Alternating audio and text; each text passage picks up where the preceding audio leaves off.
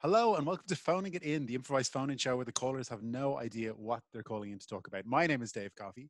The usual phone lines are open, so get calling. We're going to kick things off this week with our topic of the week, mistaken identity. Hayley is on the line. Hayley, you keep getting packages sent to your home, but you didn't order them. Is that right? That's right, yeah, and it's a fucking disaster. It's an What what absolute disaster. what are in these packages, Hayley? A lot of the time, it's it's dead animals,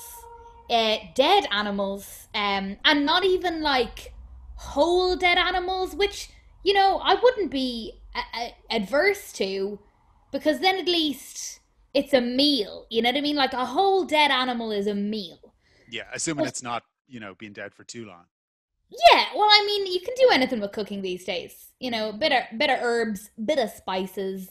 I hear you. But this You is know, more like a yeah, paw or a tail or what? exactly. Yeah, yeah. It's just parts. It's been parts, which leads me to believe that it's something sinister. You know what I mean? As like again, as I said, if it was a whole dead animal, I would see it as an offering, perhaps. Yeah, A gift. yeah. But the fragments I see as honestly quite threatening. And you Um, said it's nearly always animal parts. Is there other things as well? yeah, and books. If it's not animal parts, it's books. Okay, well, that's not as threatening. What kind of books? No, no, no. Self-help ones generally. Okay, What to do when you're about to lose it, or what to expect when you're expecting. You okay. know, Were you expecting when you got that one? what? Were you expecting when you got that one? I'm just trying to get to. No, God, no, no. I'd never have a grow a human life inside me. That's Disgusting. disgusting, disgusting. Yeah. Yeah, Well, look, are yeah. they always addressed to you though? Is your name on them? Is there any letter inside with the animals? No, they're generally blank. Like it's not, it's generally like nothing. Sometimes just written on some of them, it'll just say "lady." I don't really know what that's about, to be perfectly honest. Just "lady" in like capital letters drawn in like, marker. Well, that's interesting though, because obviously then it's somebody who maybe lives in the area and has spotted you, senses that you're a lady, and maybe this is some kind of What are they romantic. sensing?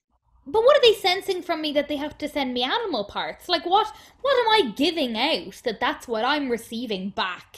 I guess is my question. You know what I mean? Yeah, I mean the self help books is. I mean that's a nice gift that Is people it give. though? Well, people Is give. it, or is it kind of offensive if you It think is a bit about passive it? aggressive. This Yeah. woman needs help. This woman needs guidance. I mean, I think I'm a fairly normal person, to be honest. Okay, well, it doesn't sound like it. If there was anyone in your area or in your life that you could kind of think, oh, maybe it's this person. Who would it be? If you had to just guess, is there anyone? I mean, I have, I often adopt children, and then, set them free. So, like, my belief is that children shouldn't be, kept in a home. They deserve to be out and free, and you shouldn't keep a child in a cage. Yes. So what I do is I adopt children. Usually in and around the like 6 to 10 mark, and I'll keep them in the house for maybe a couple of weeks, and then I'll set them free into the world. Okay. So you think maybe one of these kids is grown up a little bit and is now, I don't know, maybe just trying to thank you or I mean, I can't be sure, like, but you told me, you put me on the spot. You said, who do you think it could be? And I mean, that they're the only people I've ever really interacted with, to be honest. I won't grow a child inside me, but I will adopt them, and I will let them roam free. set them free. Yeah. Well, listen, it said lady on the packages. Did any of these kids know you as simply lady or did they Well, call you that's what by I'd ask them to name? call me. Yeah. Okay, well, look, hey, that's a big clue. That's a big clue because Yeah. that's an unusual uh, that's an unusual thing for somebody to be called like Yeah. Well, specifically I'm not lady. having them call me mother. You know Yeah, what I yeah, mean? yeah. Of course, you didn't grow them inside you like I some kind of didn't grow them monster. inside me. Don't be fucking disgusting. Well, look, we've got another caller on the line. It's Oh, Sami. Sami is, in fact, one of your former adopted kids, and oh, he's the Oh, one. He's the one who's been sending the packages. Sami, yeah. Great to see you, lady. yeah. How's it going, Sammy? It's You're, going really well. yeah, that wasn't your given name. Now, that's not the name I gave No. you. Is that a name that you've chosen for yourself? Yeah, I mean, I've adopted what you might call like, a civil name. Oh, You know, the adopted has become the adoptee. I see. that's right. Yeah, that's right. so hang God, on, you're just as funny as I remember you. Yeah. We had a laugh. Haley. We did have a What did laugh. you Dave, call I'm so Sami? glad. I'm sorry. Haley, what did you call Sami? I called him Little Tugger. Little Tugger. Little Tugger by name, little Tugger by nature. Isn't that what you always said, lady? That's what I always said. The names I gave the children were, what I saw them giving to the world, what I saw them putting out, what I saw, you know what I mean? Like I wasn't going to restrict them. I wanted them to be what they were, you know what I mean? Yeah, and I give a little tug, you know? Oh, You know what I mean, Dave? And I appreciate, away. Dave, I appreciate you putting me on the phone to Lady here. It's like, I wouldn't have done it myself otherwise. Yeah. Well, look, what age were you when Lady adopted you, Sami? I was between 6 and 8. Okay. And how soon after she adopted you did she let you out into the world? A couple of weeks. Oh, right. Okay. So you didn't know her for that long. No. And No, as was her method. Yeah. If you, Dave, you would keep a hold of me for a while, and then would release me into the world. And what age are you now, I've been Sami? thriving. What age are you now? I am 8. Okay. All right. Yeah. It's great that you've learned how to talk. Actually, you didn't know how to talk. I mean, I'm as surprised as you are, honestly, lady. I swear. Like you're very vocal, very vocal. It's Thank you. it's done you the world of good. Obviously, being out in the world. Look, I just wanted to thank you for everything, for adopting me and letting me go and letting me just roam around and just learning a couple of things about myself. And honestly, I think this is what I wish there were more people like you. Is what I'm trying to say. Sorry, I'm a little flushed. That's okay, Sami.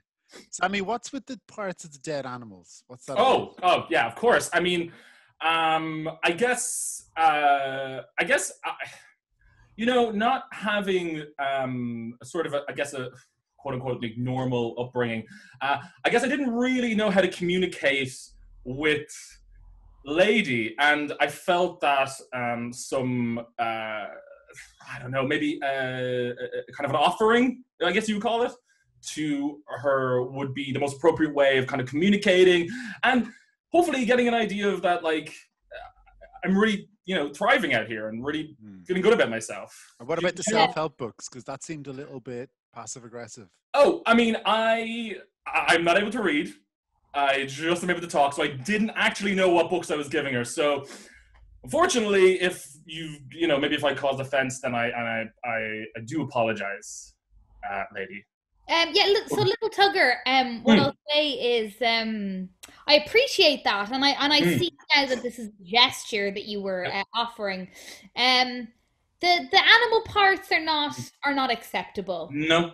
They're not acceptable. If you're gonna, as I was saying kind of to Dave earlier, if you're gonna give anything, I'd say whole animal parts. Yeah. As punishment, I'd like you to tug 5 times. Okay. Yeah, absolutely. Yeah, that's no problem at all. And you know what? You're dead right as well. I'm glad. God, it really brings me back as well. God, man, those couple of weeks. Yeah, I mean, it's nice to. It's nice to receive some sort of guidance, and I appreciate that. And in future, I'll send you full animals. And you know what? Maybe I'll just leave the books entirely. Yeah, I mean, and also to be honest, I prefer no communication at all. I mean, once. Oh, okay. Once I set you off on your way, like it's this is fine. It's nice. It's nice to get good feedback and to know that as I knew, I was doing God's work. Yeah. So Absolutely. it's good to get that reinforcement, but kind of from now on, I'd like to never hear from you again. Okay. Yeah, absolutely. Look, I'm glad you, yeah, absolutely. That makes sense to me. Dave, what's your address? Well, I don't like to give it out on the show, but if Ah, you I mean, want look. to send, I'll give him your address. He's on Give there. me your address. Give me your address. we could take that off air, and if you want to send me certainly whole animals or books, that's totally fine. Yeah. Well, again, okay. I prefer if you announced it.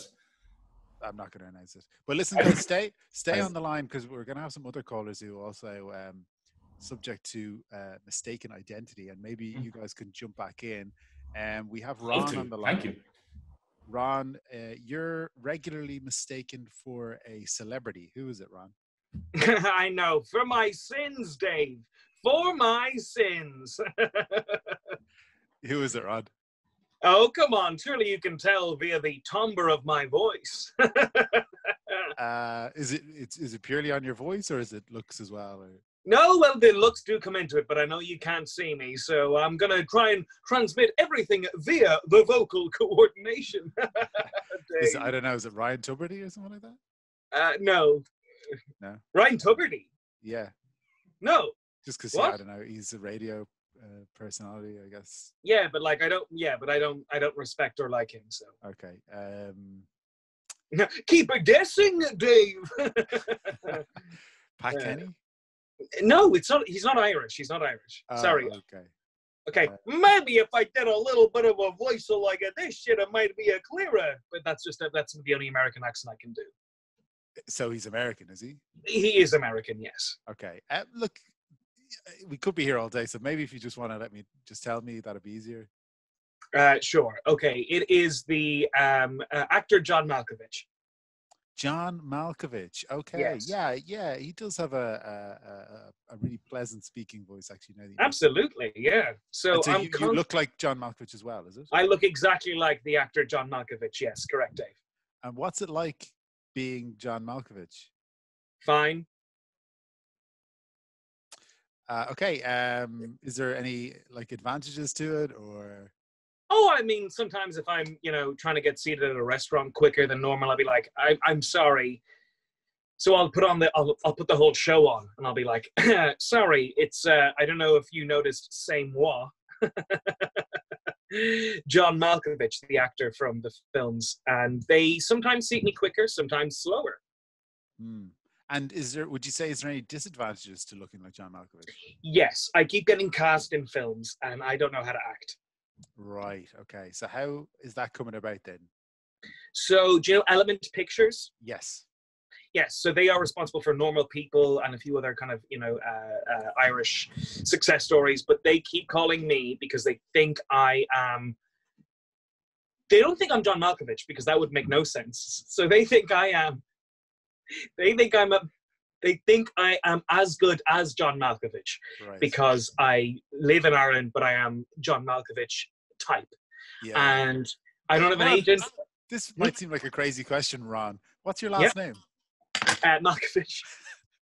So maybe that's helping with the confusion, is that your name is so similar.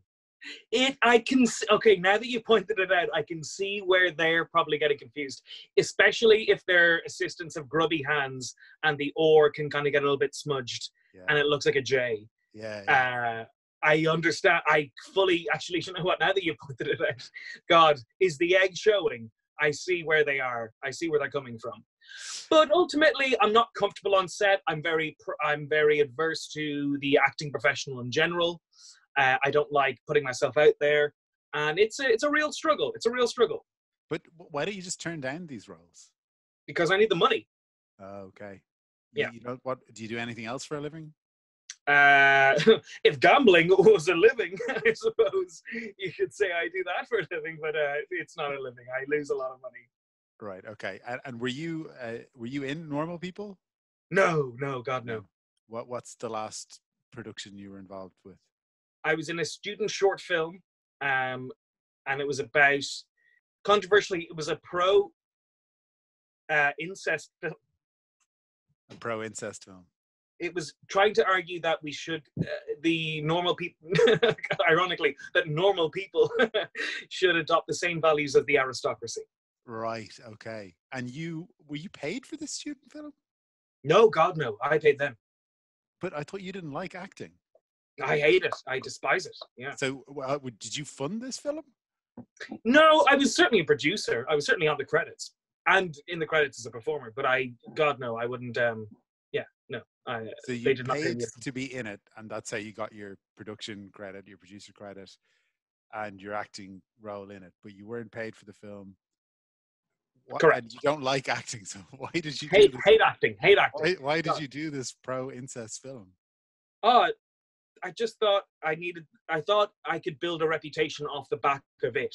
So I need a lot of money, Dave, unfortunately. And I thought if I sort of got my face out there, maybe I could kind of, leapfrog into maybe like a radio hosting gig or something like that, And how is that working out for you? Terribly, Dave. You do have a great voice. Thank you. And how did you get into the old biz? Well, I suppose making tea, the usual. Making tea. Yeah, just being a runner and doing odd jobs for people. Do you need a runner or any odd jobs done? Are you're looking for work now? You're still trying to break? Methinks the boy do needs a job. Of course, Dave. Of course. Well, listen, I'll give you my details off air, and we'll see if we can find. Yeah, I noticed you weren't giving your details in the last interview either. Could you just just an inkling as to where you live, or? No, we've had some issues with that in the past that haven't worked out too well. Listen, Ron, it's been lovely talking to you. I wish you the best of luck, and we will follow up, and maybe we can have you back on. As an intern or something. As a host. As a host, he says. Well, as maybe. a host, he doth declare that we'll see. Ron Malkovich, dirty Ron Malkovich, might hosteth the show. We'll see, Ron. Yeah, listen. All right. Okay, Dave. All right. Well, thanks. Yeah. I'm going to move on to some other callers now. Emily, you found a treasure of sorts in your basement. Is that right? Hello, Dave. I'm sorry. I usually have my son help me with all the technology, and I'm here on my own. But yes, I found a treasure. What was the treasure, Emily? Well, it was a pile of Civil War bricks.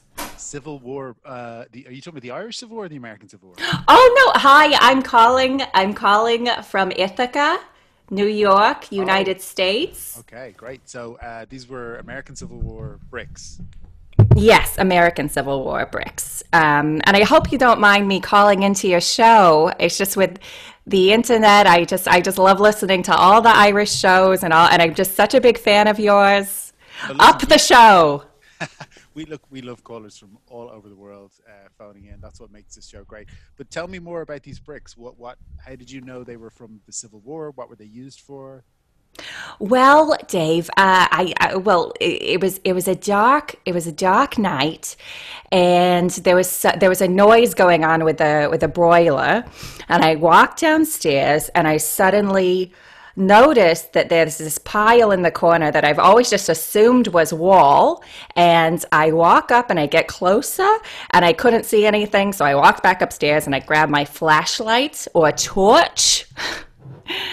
That's what we call them, yeah. It is, yeah. So that I walked down. You're setting the scene, by the way, Emily. A lot of times people just kind of jump into what they're talking about. Well, you're really painting a picture here. Oh, thank you. Well, I'm a librarian. Okay. So I am surrounded by stories that they just flow through me. So anyway, I go downstairs and I use my flashlight on the bricks, realize they are not part of the wall, and then I start picking up the bricks, and they said on them the Civil War. They say the Civil War on the bricks. They did. Some said they're kind of branded into the bricks. I mean, I'm not a Mason. I have a brother who's a Mason. Rest in peace. If he was alive, he could tell me what was going on. But like they're just kind of branded into the bricks. Some say the Civil War. Some say our Civil War. Some were just blank. But you get the sense that they had something to do with the Civil War as well. I did. So I went to the library, of course, because that's where I work, but I went on my off hours. I don't want people to think that I'm at the library just researching things when I'm meant to be working. I am not. When I am there, I'm there to help other people. And you should talk to your librarians because they're a resource that people don't really realize are there to help you, and they're not just there to shush you. But I went to the library and I looked it up, and apparently in my area there was a person who wanted to continue the Civil War. Right. So he branded all the bricks with this. He was going to have a house called the Civil War House, where when you went inside there was still unrest and there was still fighting. Okay. And there were some very racist things on the bricks as well, which is not very funny at all. It's not, I was horrified when I found it, especially with everything happening right now. And I was just like, I don't want people to think that.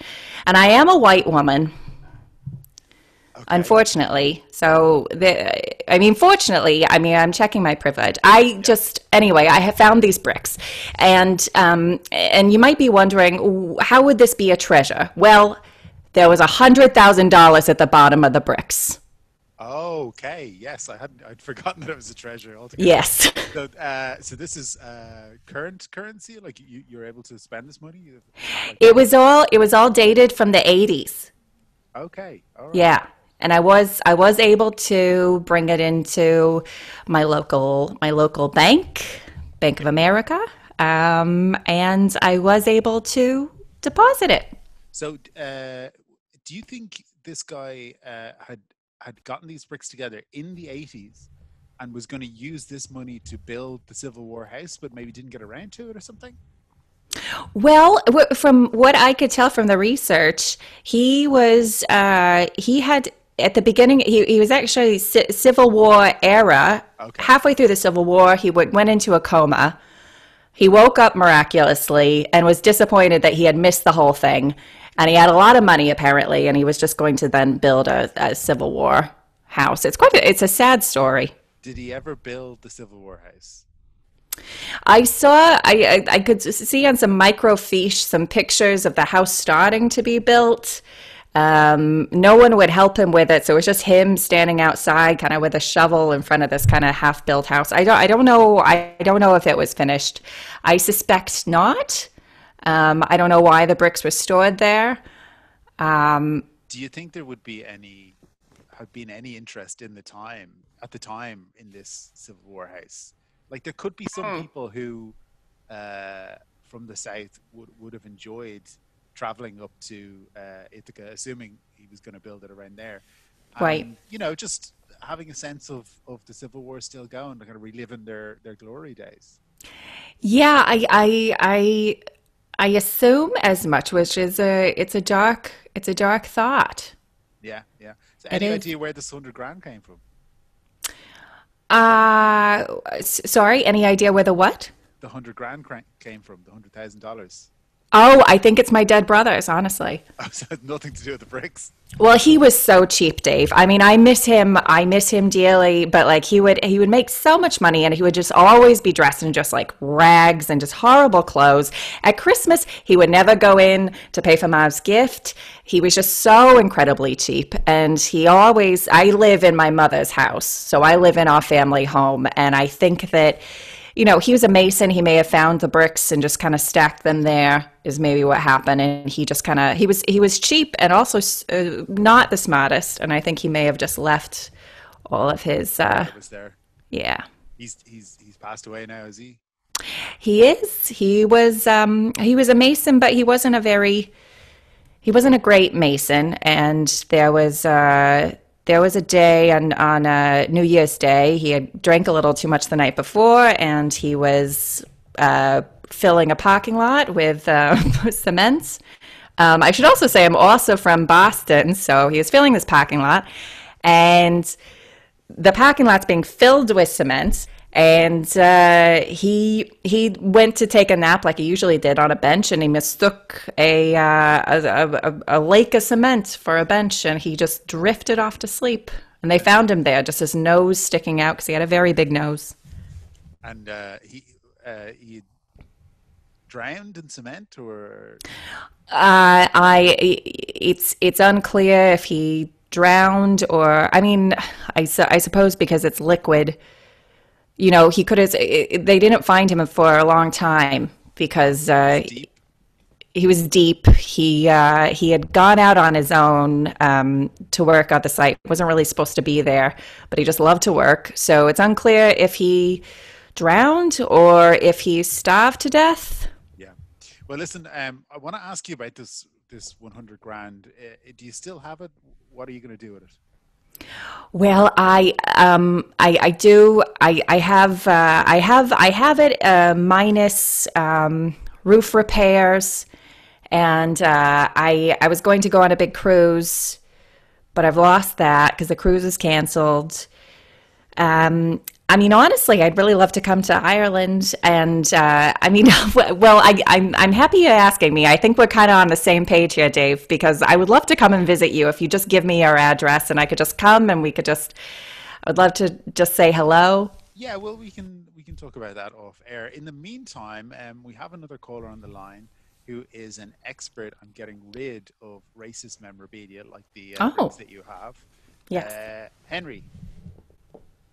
Hey, how's it going? My name is Plunge, and I hear you got a bit of trouble with some racist bricks, and I want to help you out, darling. I want to, hey, look, I'm a bit of an expert, as they say, in getting rid of racist memorabilia. I can train you how to do this. It's very easy. You just gotta eat it. You just gotta eat it. You gotta figure out a way to eat it, and then it's gone. I've eaten so much racist shit you wouldn't fucking believe. Those bricks, they're gonna take a while to go down, but you just gotta take them apart bit by bit and start putting them in your food. Just use it like seasoning, you know what I mean? Put them in sauces, put it in soups. Just break down those bricks, and then you're gonna eat them, and they're gonna be gone. It's the only way to get rid of racist stuff is to eat them. Okay, well, sorry, what did you say your name was? I said my name was Henry Plunge. Okay, Henry.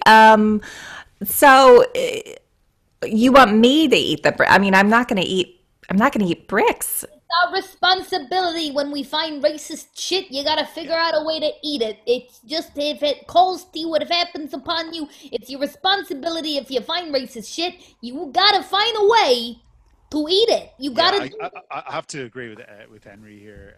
Henry Plunge, thanks for calling in. Emily, if you were trying to get rid of those bricks some other way and they were to fall into the wrong hands, think of the damage that could be done.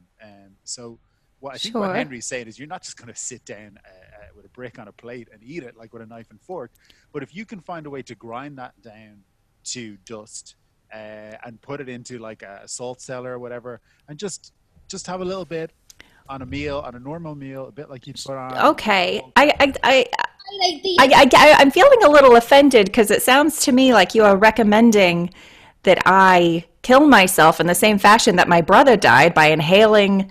No. Hey, no. Cement. We were talking about white privilege earlier, and this is how you do. This is what you do with your white privileges. You eat. Okay. It. So, look, it just happens to be a coincidence that, bricks are kind of the same way your old fucking brother hit the snooze. So, it's just... All right.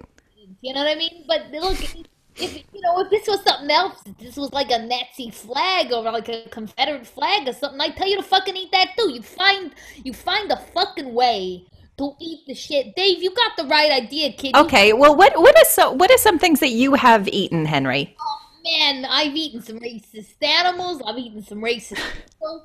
I've eaten some racist badges. How can you tell that an animal is racist? And I've seen a dog and his asshole. His asshole is in the shape of a swastika. His fucking asshole is in the shape of a fucking swastika. If you saw a dog like that, would you talk to its owner at all, or do you just... Nah, you can't trust no owners. My question is, if a dog has an asshole in the shape of a swastika, doesn't that make him the least racist dog ever? Because he's shitting out a poop swastika, which I think sends a very clear message that Nazis are shit, right? dog knows what he's doing. That dog knows that he's got that swastika on his asshole. That dog knows what he is. You only become that if you're a fucking racist. You know what I mean? Dave, look, you sound like you might be quite partial to the cause here. Would you mind if I posted you some racist shit and you could eat it? Would you mind if I got your address? Yeah, that sounds great. I'd love to be involved in that, and I will give you my address off air after the show. I'm just gonna do a group email to everyone. And look, I'm sorry you gotta eat some bricks. Okay, well, it's the least I can do. You're right. Well, I mean, you got $100,000 out of it, so swings and roundabouts, Emily. Yeah. Listen, guys, great talking to you both. Thanks for phoning in. Before I move on to my special guest, I want to remind you that this show is supported by you, the listeners, via our Patreon account, patreon.com/phoningitin show, where you can watch the episode in video format and enjoy a bunch of other exclusive content. Thank you. I'm joined on the line by my special guest, Ron Deview, Las Vegas casino and nightclub owner, who is known by his many celebrity friends as Mr. Saturday Night. Ron, welcome to the show. Baby! How are you, baby? Ron, it's great to have you on. Listen, why did they call you Mr. Saturday Night? Why do they call me Mr. Saturday Night? Acting like you don't know. Of course you know. Basically, I only work 1 day a week. Oh, that's it. You only work Saturdays. Absolutely. 6 days a week, I'm working on myself, and then 1 day a week, I go out hard. Wait, so when you say you're working on yourself, what do you mean? I got a lot of demons. Okay, so it's like, your self-help, self-improvement. Yeah. Self-improvement, trying out Buddhisms, things like that. But yeah, it was Saturday night, though. A bang, bang, bang, bang, bang. So you gamble, Dave? You gamble? You gamble? Question mark at the end of the sentence. Occasionally. What's the most you ever bet? Like 20 euro or something like that. Child's play. At Chucky 2, child's play. You gotta go big, or you gotta go, come on, Dave. All right, how much money you got in your account right now? I don't like to disclose that kind of thing on air. All right, okay, if you don't tell me how much we got in your account, just tell me your home address. I can give it to you afterwards for sure. But sure. Okay, stop me. If I guess how much money you got in your account, you'd stop me, all right? Sure, okay. 20 euros. Stop. Oh, you got 20 euros in there. Yeah. You want to make that into 2,000?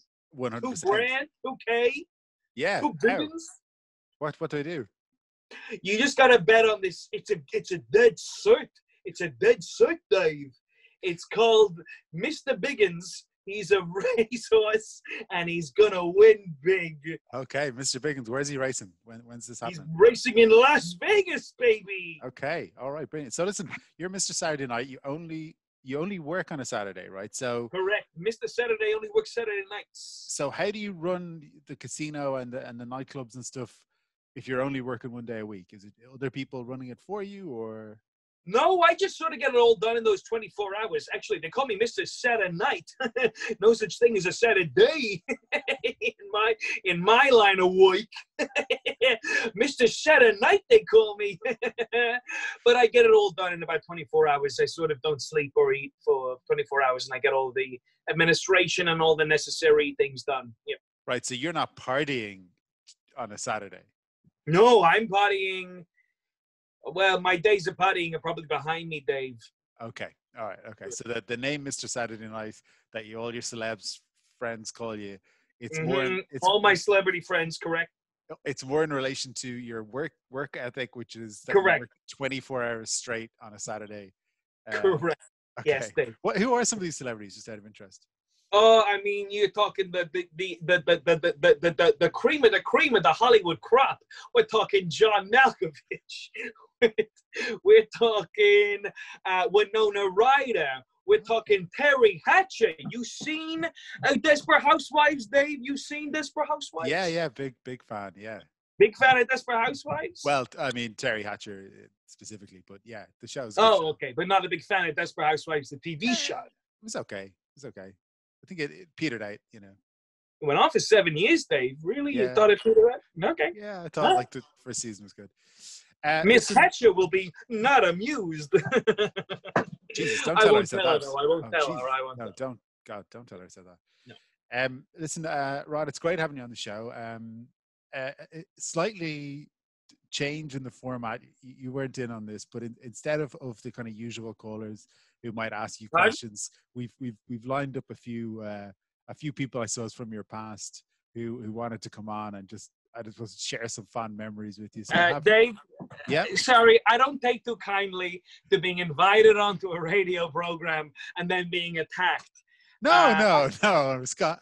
Ron. This is people that you've shared, I'm sure, a lot of fond memories with, starting with your former business partner, Scott Chansodo. Hey, yo, How oh my God, I can't believe it. It's been so long, Scotty. Whoa, what are you doing? I can't believe it. We haven't seen you in forever.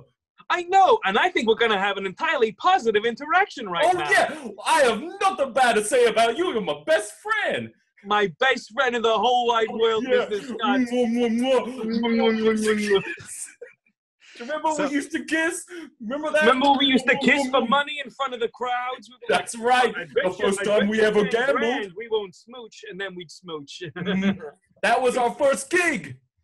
So you guys were business partners. Why are you not in business anymore? What happened? Oh, it's simple, really. Of course, it's so simple. Scotty moved away. He got a family, and he moved to Scottsdale.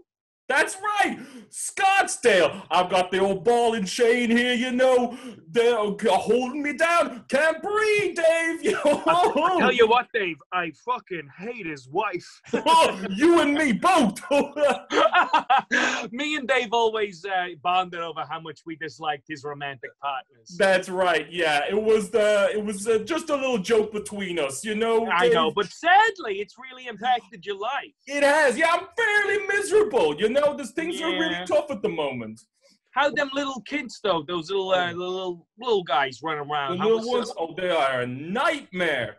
They are running around, kicking me in the shins, making my life a misery. Hey, Dave, can you give us a minute? We just got to catch up, if that's all right. I don't know if that's going to impact your show. I appreciate it. This is what we wanted. It's bringing old friends back together. Yeah. Tell us a little bit more, Scott, about you're having problems with your partner, is it? Yeah, well, you know, I've never ever gone out with anybody that I liked. That's a problem. That is a problem for Scotty. He's never liked anyone he's ever dated. He's always, and these are your words, Scotty. You say all of them are hag bitch. This one is the latest in a long line of hag bitches. Hands up. Hands up. Got me. And Ron, did you not, I don't know, give him some advice? Maybe tell him to try and find someone else? Or Oh, well, that'd be like the blind leading the blind, Dave. I'm unlucky in love, I guess is fair to say. Yeah. Well, Scotty never gave me advice. He's never had a good Dave. You got to understand that. Mr. Saturday Night. So Saturday night's the time everybody's going on dates, Dave. He's working on Saturday night. He's working on Saturday. I'm working 24 hours. Yeah. And that's got to eat into your Friday. It's got to eat into your Sunday. Absolutely. I spend basically the next 6 days anxious and nervous about the 24-hour period where I'm going to work. He hates admin, Dave. So it kind of ruins the rest of the week for me, Dave. Really? You gotta understand, Dave. He hates admin. He hates it. He sees numbers and words. I'm a natural showman. I have no head for numbers. I can't. It's like they all come off the page, Dave, and they're just all over. It's like they're dancing around. It's like bees around him, Dave. You don't understand. Problem, but yeah. All right, look, we mentioned your romantic partners earlier. I have not a romantic partner, but a personal assistant. Segue, well, weird way of putting it, isn't it? She was your personal assistant. Ellie Gent is on the line. Hello, Ellie. How are you? Oh my God, my darling, my girl. Hi, Mr. S. Hi, Mr. R. Hey. Hello. Hi. Dave reached out and just asked if I had any fun memories, just about Mr. R. This ought to be good, Scotty. This ought to A be truckload. Yeah. You gotta pull that truckload of memories Yeah. in the driveway. Pull it Let's out hear over 'em. his fucking head. Yeah, well, I don't live in Vegas anymore. I live in Montana. But when I was in Vegas, I was Mr. R's personal assistant for a few years. Oh yeah. And he was just so fun and so crazy. There was this the one of the top memories that comes to mind is it was a Saturday night or Saturday night, of course. Sounds right to me. Yeah. And Mr. R was partying up in his suite, and there were lots of women there and lots of men, and it was just really real fun. And we thought someone had died. Wait, sorry. Just sorry. I hate to run ramrod all over this story, but you said this was a Saturday night. Saturday night. Saturday night, and I was partying. Well, I'm sorry. This story ain't exactly adding up. But I mean, I'm as sorry, you not established, Saturday night is the one fucking night of the week that you where work. I do not party. Yes, I'm sorry, Mr. R. I'm sorry, Mr. R. No, don't apologize. Just don't get it wrong. Yeah, no, I'm sure it was probably a Friday night. Well, Oh, so it's a Friday night. well, I mean, it's confusing, Mr. R, I'm because sorry, you made Dave. us call. This story makes no fucking sense. I'm sorry, Dave. This is not adding up at all. Well, Dave, you should understand. I think we better get her off the phone call, Dave. Well, no, she There said was about somebody dying, or Yeah, well, we thought that someone had died. Yeah, we thought, but it wasn't. And so Mr. R had me take what we thought was a dead body down to the Bellagio fountain to dump in the Bellagio fountain. But then it ended up that they were alive. They had just had a seizure. But so there was that. And then there was another time when That's Mr. one R story, went Dave, missing. and it's not a good. We can move on. Oh, I'm sure you got, Dave. I'm sure you got lots of people to get through. I'm sure. Well, there is the pen. lining up. Mr. Well, Estes. for what Ellie has to say. But I don't like having drunk women on the show. I don't think I'm that not it's drunk. helpful no, I think to the she's overall sober. story. Ellie, Sure. what was the well, next story you were going to tell, Ellie? Well, there was a period of about 2 weeks when Mr. R went missing. And at that time, Mr. R and I were romantically involved. Well, it says you. I mean, Yeah. you can't keep Mr. R nailed down. so go on. Sorry, I'm sorry. That's okay. So I was worried because he was my boss, but he was also my Your lover. yeah. Yeah. And it turned out he had just he had just driven up to Canada with another woman, but he was fine. So that was really funny for everyone because we were really worried that he had been killed because he had pissed off so many mob bosses and stuff from stealing so much, and we thought that there had been a hit taken out on him. So there was that. Ron, does this sound familiar? Do you remember this? Yep. Yeah, good times, fun memories. Yeah, very fond memories. Yep, rings a bell. Well, and there was the time when we rented a zebra for your son's birthday party, and no need to bring up the zebra story. Why are we talking about? Hey, are we in Africa? and I put up a sign at the party that said "Happy Birthday, Mr. R's son." And when Mr. R saw it, he tore it down because I guess he didn't want anyone to know that he was the boy's son, and he didn't even know that Mr. R was his dad. Yeah. And the boy freaked out, and he got on the zebra, and apparently the zebra was very old, so the zebra died. And do you think these are stories that, you know, people need to hear? Or is this like, have you been working on a biography or something? Or, I don't know. Am I crazy here? Or is this an irrelevant fucking tangent we've gone on? Well, I On currently... this radio show to talk about my casinos and my lifestyle. And instead I'm getting attacked by fucking... You know, I think that kind of thing of renting a zebra for a kid's party is just typical of your kind of Las Vegas lifestyle. You know, that's the LV baby. That's what people want to hear about. They want to hear about these, you know, these glamorous Las Vegas parties. Sorry, Ellie. I think Ron. He also shit himself at church. Oh, Ellie, come on. That's hardly a story about Las Vegas. That's not a story. Come on. Well, he had eaten so much pie. There's meat pie on the counter, and he was eating it for breakfast. And I said, "Mr. R, that's been out for a whole week." And he said, "Don't tell me what to do. I know what to eat." And then he just shit himself at church. Well, that's hard. This is because I am a God-fearing man, Dave. I'm a God-fearing man, and he rules all my decisions. Hang on, guys. I got to bring on one more caller. He is Detective Hugh Dunnett. Is on the line. Hugh, how do you know Ron? How do I know Ron? Yeah, you're a detective. You're with the Las Vegas Police Department, is it? Well, Ron has been known to us for many years, I'd say. Yeah, we've been tracking El Ron boy, Dave, for a while. Dave? Yeah, Ron? What is this? This is another... I thought this was a light entertainment program. It seems Ron, like it's some sort of thing. Hey, Ron, we're just having a chat. Well, I'm not talking to my lawyer friend. Ron. Scotty, are you my lawyer again? Ron, I gotta tell you something. They got to me, Ron. I told them everything. I'm sorry. Ron, sorry. we know everything. My only friend, Scotty. We know about the Ron. We know about the Lamborghini cat setup. The Lamborghini cat setup is the first thing that got out of my mouth. Scotty, you told him about the Lamborghini cat setup? It's the first thing I told him, Ron. I didn't know what to do. He said to take my wife away. What's the Lamborghini cat setup? Well, no, look, that's one of many. We know about the child moon landing. We know about the rickety ladder boys. We know about the cartoon killer. We know about the cartoon. Sorry, just for my own clarification, the cartoon. What's the name? Don't give it up. All right, they know about the cartoon killer.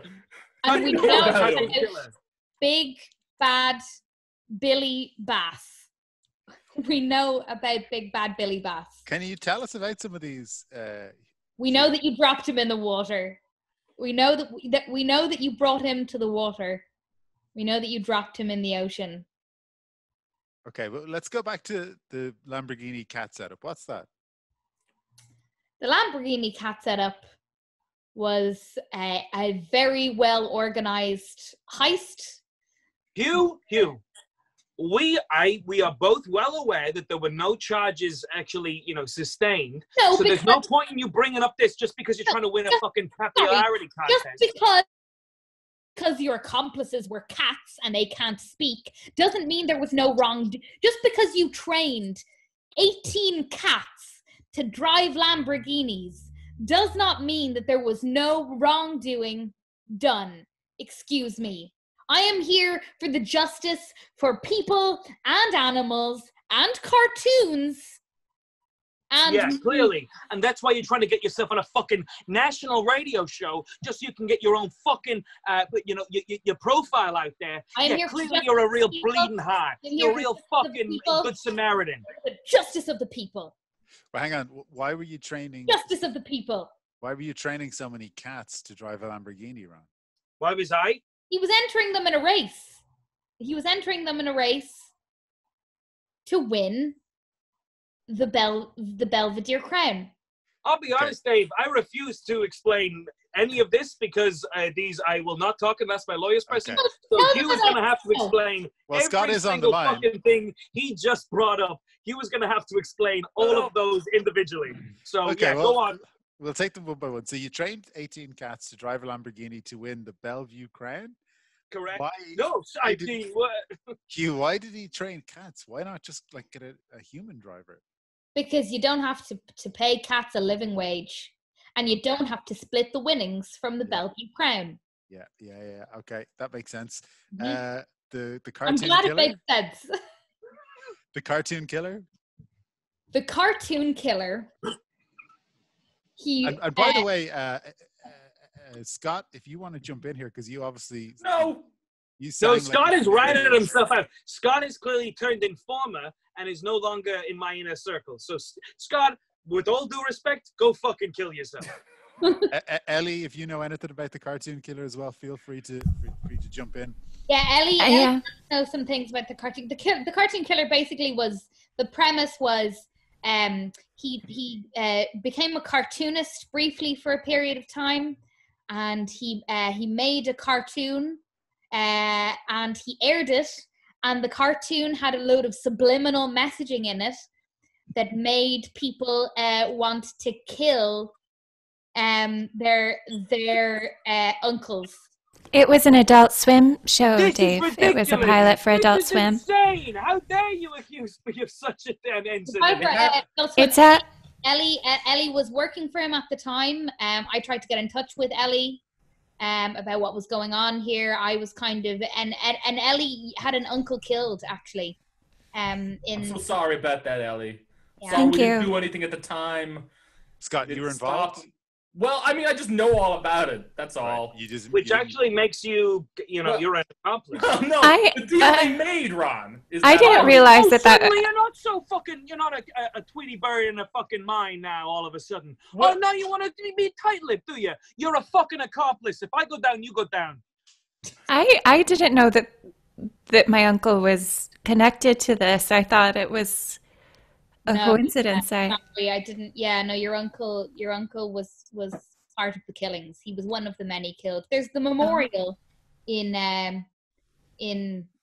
Bel Air. You're invited to the memorial in Bel Air, Ellie.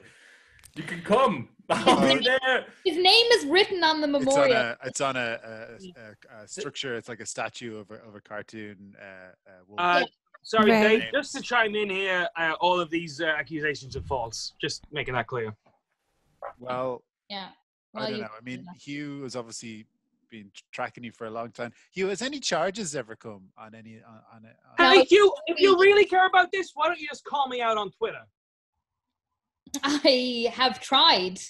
Dave, I'm sorry, but I'm just feeling slightly, overwhelmed and I guess a little unsafe. If you would be able to give me your address and I could just come to a safe. Yeah, Dave. Is there any Space. chance I could get that If as you well, give me your just real address, quick? I would really love to just I need straighten all the of this out. If Right I- now, my If report. you could just, That's possible. Yeah. Just say that on the air, please. Could you just say your address? Just I'm a on the federal top? agent and I need this for my reports. Well, look, I'll absolutely get my address to every single one of you, but I can't do it. I know it ends in Ireland. What's Yeah, before it is that? in Ireland, but I'll give it to you after the show. As in, If we guess it, will you acknowledge? Stop us when we're close. One. Is it one, Dave? it is one. Yeah, it is One. Okay, Number great. one. Oh my God, we're nailing it. Number 1, Pound Street. Yeah, it is. It is Town Street. Yeah. 1 Oh Pound my Street, God. Ireland. You've missed out the city, so there's a lot of town Oh, streets. in Dublin. Dublin. Yeah. Sorry, I should have said I have 2 lines. Okay, so Dublin. my address is 1 Town Street, Dublin. Ireland. Street, Okay. Dublin, Ireland. All right, That's fine. okay. Cool. You can expect a fucking call, Dave. You can expect a fucking call for setting me up like this. I'm afraid we're out of time. I want to thank all my callers today, but I especially want to thank Aaron McGathy, Hannah Mamalis, Ro Carey, and Stephen Bradley. Guys, do you have anything to plug? I, Let's plug Dungeons and Dragons, I suppose. Oh, yeah. oh Yeah. I've seen Dungeons and Naggins live before all this kicked off. What's the crack with this? You're doing it online? Yeah, every Tuesday night at 8 p.m. on the Mob YouTube channel, hosted by Steve Bennett. It's myself and Steven and Ronan as the regular adventurers, and then we have a guest every week. We had Hannah on a few weeks ago, so if you go to the Mob YouTube, you can check that out. But we have a different guest on every week, and the Mob also has two new Zoom classes starting up in the next few weeks. We've been doing these very fun write a screenplay in 6 weeks course we did, and we did a write a TV pilot in 2 weeks, and now we have another TV writing class that is coming up. So if you're interested in writing something in a very supportive, fun environment and getting a script done, then go to mobtheater.ie. Amazing. And you're actually encouraging someone to write it in that space of time, like write it in 2 weeks.